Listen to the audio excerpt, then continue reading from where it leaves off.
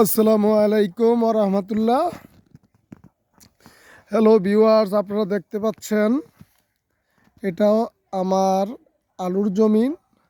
তো এখানে ললিতা আলু লাগাইছি।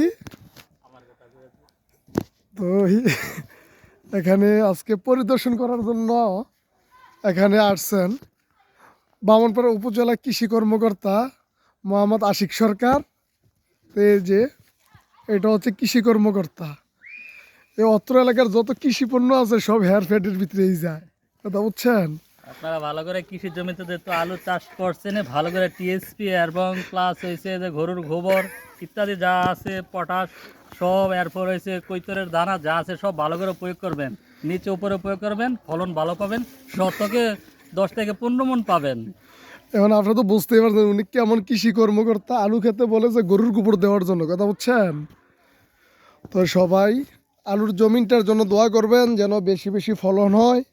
এখানে আপনার আলুর চারা উঠতেছে। তো আজকে এ পর্যন্ত, সবাই ভালো থাকবেন, সুস্থ থাকবেন। আসসালামু আলাইকুম।